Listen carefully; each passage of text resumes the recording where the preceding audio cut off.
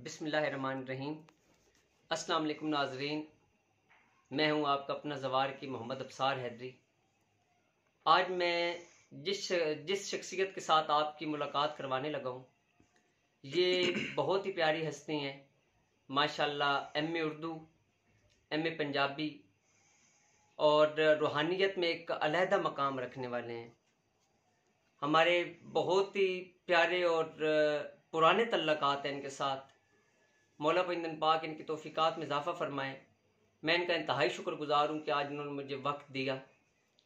तो आइए मैं आपको मिलवाता हूँ सैयद प्रोफेसर शाहिद अब्बास शाह साहब के साथ। अस्सलाम वालेकुम शाह जी। वालेकुम सलाम। आप सब कैसे हैं? अल्हम्दुलिल्लाह, आप सुनाएं, आपकी सेहत कैसी है? अल्हम्दुलिल्लाह, मौला का करम। मैं आपका इंतहाई शुक्रगुजार हूँ कि आपने हमें वक्त दिया।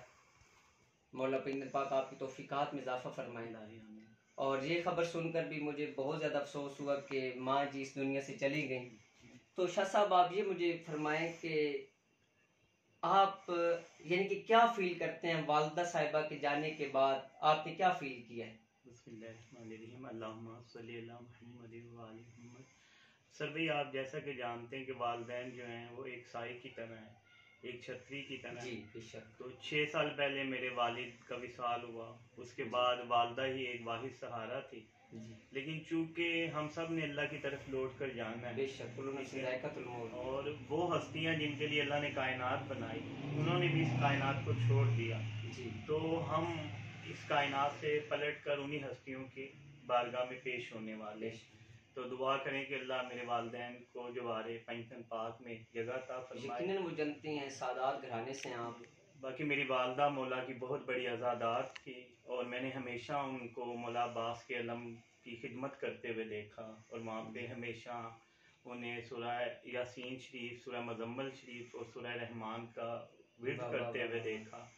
और उनकी जो आखिरी अयाम थे उनमें वो तकरीबन सारी रात ही जो है वो ज़िक्र और अज़कार में मसरूफ़ रहती थी।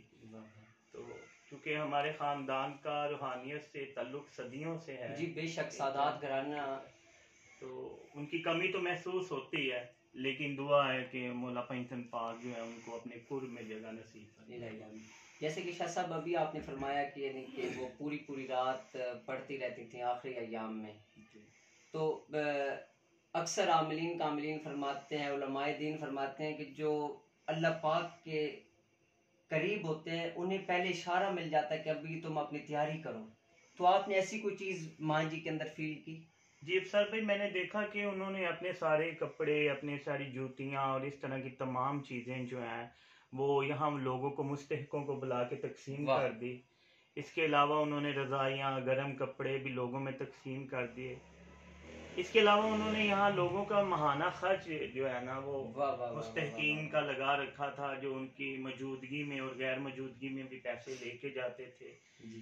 तो मेरा ख्याल है कि उन्हें काफ़ी चीज़ों का पहले से पता चल चुका था। यानी कि वो उन्हें इल्म हो चुका था, क्योंकि वो सूरह मुज़म्मिल के साथ जो भी बंदा या अल्लाह पाक का प्यारा, ख्वाह वो मर्द हो ख्वाह वो औरत हो, अगर वो टच रहे तो मैं कहता हूँ कि पूरा कुरान ही शफा है और वो इंसान को मुकम्मल तौर पर पता देता है कुरान।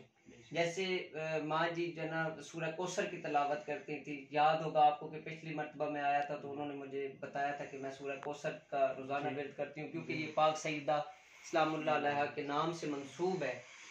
तो आप क्या समझते हैं, यानी कि रूहानियत के अंदर जो सूरह कौसर की अफादियत पे आप माशाल्लाह आप भी हर वक्त सूरह कौसर का विर्द रखते हैं, तो इसके हवाले से आप क्या फरमाएंगे? सर भी सूरह कौसर तो कुरान मजीद की मुख्तसर तरीन और इतनी फजीलत वाली सूरत है कि जिसके बारे में अल्लाह फरमाते हैं कि बेशक हमने आपको खैर कौसर अता की। जी बेशक। तो खैर कौसर का मतलब है कि सारी फजीलत हमारे प्यारे आका सल्लल्लाहु अलैहि वसल्लम को मिली। तो इस सूरत की जो फजीलतें और बरक़ात हैं वो तो बयान से बाहिर हैं। ये तो पढ़ने वाला ही इसकी फजीलतों को और इसके जो फ़वाइद हैं उनको हासिल कर सकता है। बरकैफ इस सूरत में तमाम मुश्किलात और तमाम मसाइल का हल जो है वो अल्लाह ताला ने बेशक। तो शाह साहब, याद होगा आपको कि मैं माँ जी के साथ जिस वक्त मुलाकात हुई थी, ये गालिबन 1.5 साल की पहले की बात होगी। तो मैं मान जी के साथ जिस वक्त यानी कि गपशप करता तो वो बताती थी कि मैं ये मुंद्रा पढ़ती हूँ। तो आप मुंद्रा के हवाले से क्या चीज़ समझते हैं कि मुंद्रा क्या है? आपके सामने मुंद्रा क्या आप समझते हैं? मुंद्रा अफसार भाई, जैसे कि आप माशाल्लाह से आपको बाबा मुंद्रा का भी खिताब मिला है, और मुंद्रा पे मेरे ख्याल में इतनी तहकीक वाली किताब इससे पहले कोई मौजूद नहीं है। तो आपने जो मुंदरे इकट्ठे करके जो किताब मुरतब की है, ये मेरा ख्याल है कि तारीख में इसका कोई मिसाल नहीं है। अल्लाह ताला आपकी तौफीकात में मज़ीद इजाफा करे।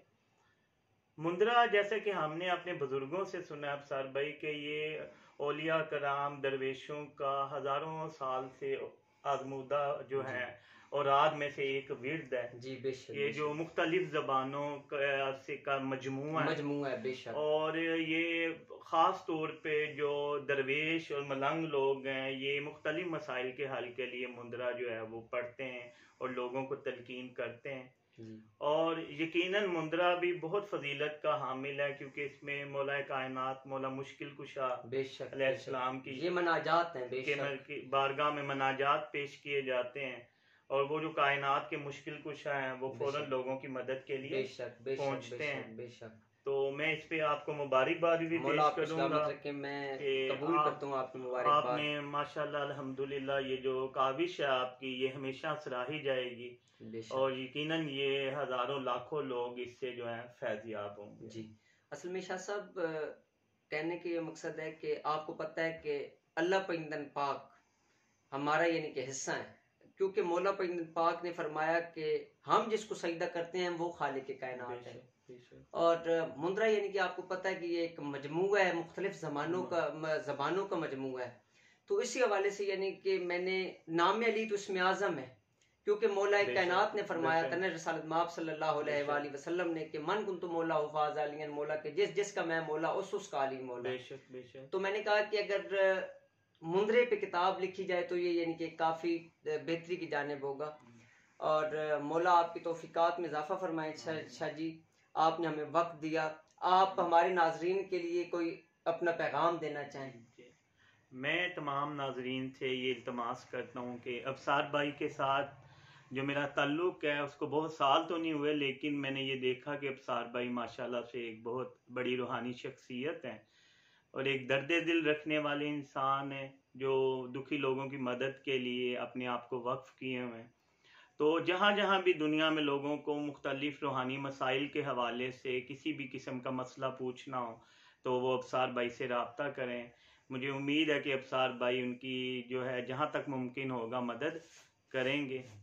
ये भी आप लोग जानते हैं कि इस वक्त रूहानियत के नाम पे जो है वो लोगों ने लूट मार मचा रखी है, और कोई 90 या इससे भी ज़्यादा तरह के जाली आमलीन आपको जगह जगह फेसबुक पे, व्हाट्सएप पे और दीगर ग्रुप्स में नज़र आएंगे जो लोगों को जो है वर्गलाते हैं, उन्हें गुमराह करते हैं। ठीक है, तो आप अपनी ईमान की हिफाजत भी करें और ऐसे लोगों से रूहानी ताल्लुक़ रखें या अपने रूहानी मसाइल के लिए रुजू करें जो मोहम्मद व आले मोहम्मद अलैहिस्सलाम के मानने वाले भी हैं और उनके इल्म का जो प्रचार कर रहे हैं, उसकी तबलीग कर रहे हैं। यकीनन इससे बेहतर इल्म दुनिया में कोई दूसरा नहीं है। मैं आखिर में अफसार भाई का बहुत ज़्यादा शुक्रगुजार हूँ कि इन्होंने मेरी वालदा की ताज़ियत के लिए बहुत लंबा सफ़र किया। ये जी हमारा हक था, मौला आपको सलामत रखें। और मुझे मेहमान नवाजी का शर्फ बख्शा। मैं दुआ गो हूँ कि मोहम्मद व आले मोहम्मद इनकी तौफीकात में इजाफा करे, इनकी इस खिदमत को अपनी बारगाह में शर्फ कबूलियत अता फरमाए और इनके इल्म में, इनकी उम्र में, इनके अमल में बरकतें अता फरमाए और ये इसी तरह से लोगों की खिदमत करे। बस नाजरीन, आज हमने आपकी मुलाकात सैयद शाहिद अब्बास शाह साहब से करवाई जो MA उर्दू MA पंजाबी हैं। माशाल्लाह बहुत अच्छे प्रोफेसर हैं। मैं तमाम दोस्तों से ये गुजारिश करूँगा कि हमारी वालदा साहिबा के लिए लाजमन दुआए खैर फरमाइएगा ताकि मौला पैगंबर पाक उन्हें अपने साए में रखें और अल्लाह पाक की करम नवाजी रहे उनके ऊपर। वो यकीनन जनती हैं। मौला आपकी तौफीकात में इजाफा फरमाए। और आपसे आखिर में ये गुजारिश करूँगा कि हमारा चैनल सब्सक्राइब भी कर लें, लाइक भी कर लें और शेयर भी कर लें ताकि ये पैगाम मोहब्बत है जहाँ तक पहुँचे। अपनी दुआ में याद रखिएगा। आपका अपना ज़वार की मोहम्मद अबसार हैदरी तोफ़ा इस्लाम जी की मदद।